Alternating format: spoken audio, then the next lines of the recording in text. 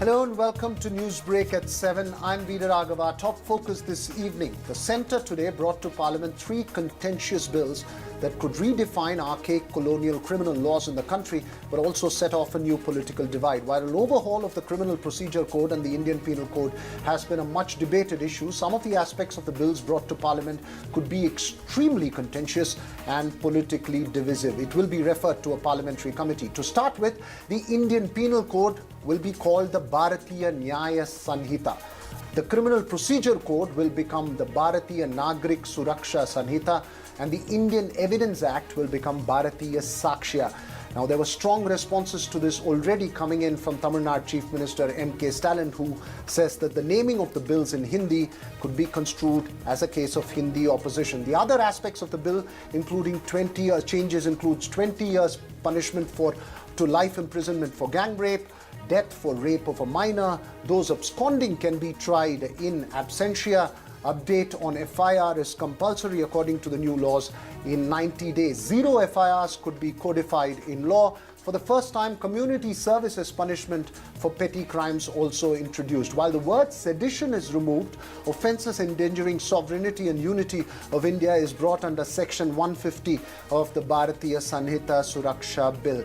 Several other changes, several other aspects which could well become contentious both politically and legally in that bill. This is what Home Minister Amit Shah had said after the bill was brought to Parliament.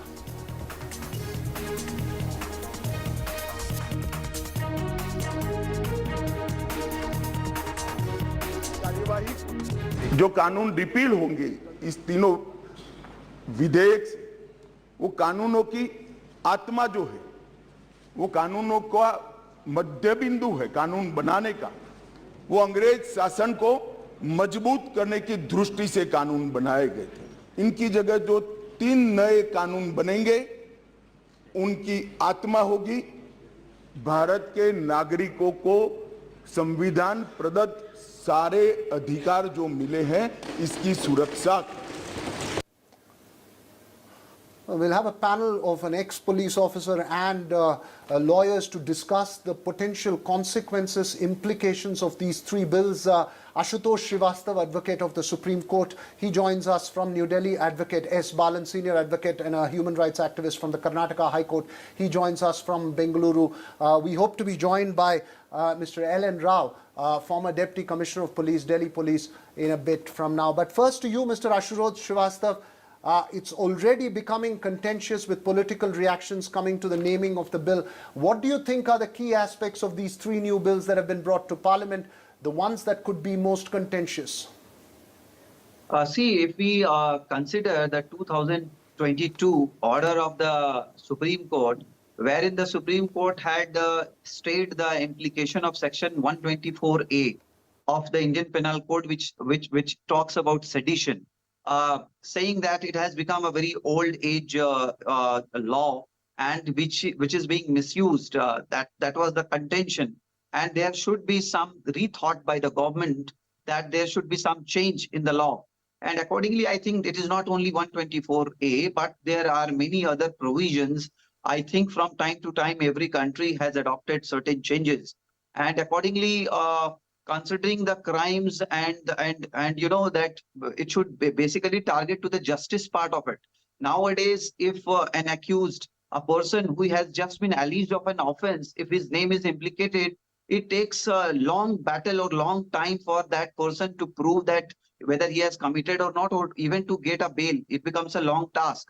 So now certain rules and regulations which will be making amendment in the Indian Penal Code, the Criminal Procedure Code, and also the Indian Evidence Act, that will have some far-reaching effect so far as the orders or the judgments of the courts are concerned. So it is I would say that it is a comprehensive kind of a change in the criminal law system, and it is aimed at bringing justice to the people rather than only for the purpose of punishment. You know, that the old era law which was being continued as of now. So I think there are many other aspects also. Right. For instance, obviously that the person will have the self-defense grounds also if anything goes in that way. Or there are certain changes which are aimed to protect the justice, the legal justice system for the people, so that I feel that there should not be misuse at the same time. That is the thing which has to be handled in a proper way. So the government is coming up Right. saying that the hearings and things like that will not be delayed by the judiciaries. So that if that is considered in a proper manner, then I think the changes will have a better impact on the criminal legal system in the country. Okay, let me just get Advocate S. Balan here for another point of view on this. Sir, obviously there has been a long debate and there has been a desperate need in terms of overhaul of what has been called archaic and colonial laws. What do you think could become potentially most contentious? Because remember, this will be studied by a parliamentary committee closely. Yes, sir. Yes, sir. See, 511 IPC sections, 484 CRPC sections, 167 Indian Evidence Act. This is time tested by the Indian judiciary by way of several judgments. Now the very name change, Bharatiya Nyaya Sannita. Sannita is a moon word, it is astrological word. Then Suraksha, Bharatiya Nakarik Suraksha, Bharatiya Sakshya. These are all Vedic and saffronization. I feel that there is an attempt on the part of corporate saffronization of Indian criminal judicial system. Since in the year 2003, the very same NDA made an attempt to amend the entire criminal law by appointing Malimat Committee. Malimat Committee is in violation of the constitutional principles. Again, when NDA come to power in the year 2018, they made an attempt. Now 2023 also they made an attempt. See, there are basic principle is Article 20 clause 3, right against self-incrimination. Article 22, arrest and fair justice. Then no presumption, proof beyond shadow of doubt. Proof beyond shadow of doubt. All these things are thrown to winds. Now, what the Home Minister wanted is 90% conviction. Now you see, it is already incorporated in Unlawful Activities Prevention Act, where there is part of the many provisions of IPC is named as scheduled offense. Then Prevention of Money Laundering Act. Now bail is impossible. Now the entire matrix of the case, if it is taken into consideration, see 90 days, charge sheet should be filed within 90 days. Now the attempt is made to stretch it to 180 days. Then the Home Minister wanted more capital punishment. That is against to the principles of the Constitution. Next, sir, 1 second, I'll complete it. Section 25-26 of the Evidence Act in consonance with Article 20 subclass 3 of the Constitution, this is anti-constitutional. This is anti-national. Okay, I will have to move to the, I get your point. We'll get a response as well. Mr. L.N. Rao can finally join us after those little technical difficulties. Sir, your first thoughts. We've had two very strong points of view. One which believes that there is a complete overhaul of the system that was necessary. Another which believes that it's anti-constitutional and that some of the provisions could be in violation of rights. What is your point of view as far as the new laws that have been brought, new bills that have been introduced in Parliament? Yes, good evening to you and all your viewers. So far as I could gather the information from the about the new bills which are being introduced in the Parliament, and now I think they have been sent to Select Committee for their opinion. I think that the clauses which I have been read, these are incommensurate with the present situation in India, because the earlier laws are laws from the very old time, and then as you can say that that Evidence Act was 1808 and 1872, and then Indian Penal Code was 1861, and the CRPC, of course, it was being amended from time to time, but not with perspective of overhauling all the system. I think that that was a need of hour from the earlier time. there was a demand that because of this investigation is not completed within a stipulated period, and the investigation is not supported by the scientific evidences. And now with this bill, I think the police reforms will also have some gather some importance about all these things, that the scientific investigation is to be corroborated as a very prime evidence, and this judicial system also being revamped like this.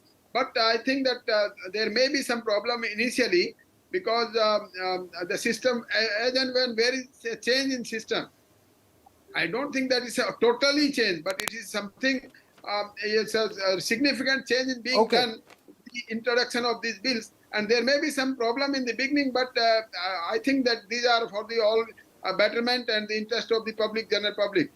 And this will have a long way in reforming that's your of the take. system and the police system. Yeah. That's your take. Let me get Ashutosh now, sir. You heard what Mr. Balan said. Your quick response to what Mr. Balan said, and then I'll get Mr. Balan to respond to what you say. See, I would say that saying it to be unconstitutional will not be the right way of saying it.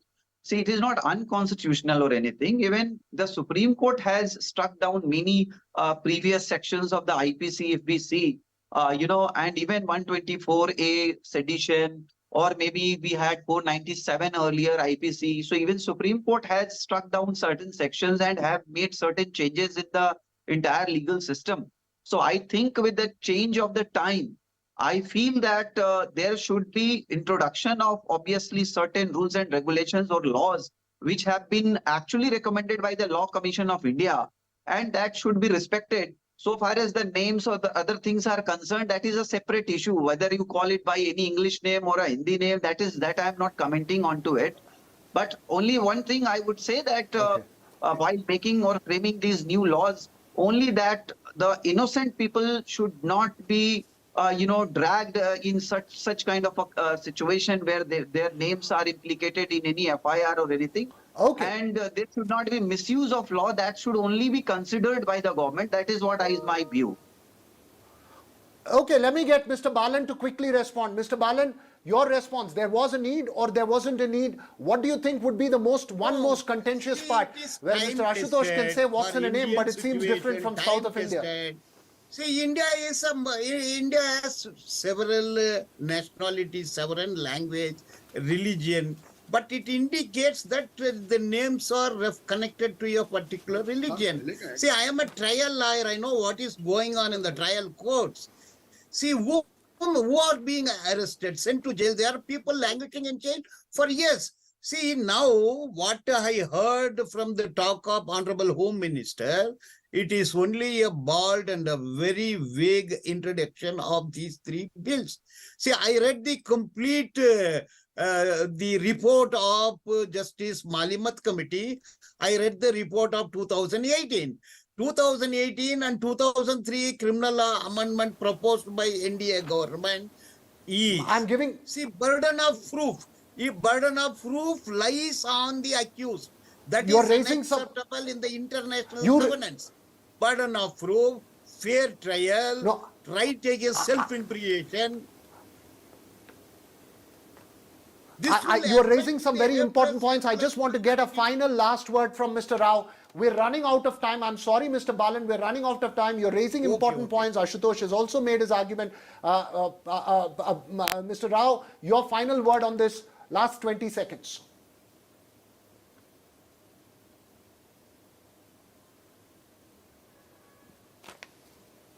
Mr. Rao. Yes, Parliament has a prerogative to change the laws as per our Constitution of India. But I also agree with Mr. Ashutosh that even the Honorable Supreme Court has also amended so many other laws during the past when their judgments are being done, and on various judgments there are some amendment has been done, and the Supreme Court has also considered so many things which are not applicable right now. They have already, as per their judgment, they have been done. But the final verdict is of the Parliament to amend any law. by the enactment and with the Lok Sabha, Okay. Raj Sabha, and then Honorable President of India. The matter- The final assent to that bill. The matter will come up before a parliamentary committee for further scrutiny, but it's already started that the political divisions between North and South, as far as the name is concerned, with that political comment coming from the Tamil Nadu Chief Minister and opposition, expect more of that from perhaps some of the other southern states as well. But that's all we have time for. We'll keep on this debate. We'll keep a close focus on the progression of that bill. Thank you three for joining us and sharing your thoughts. Meanwhile,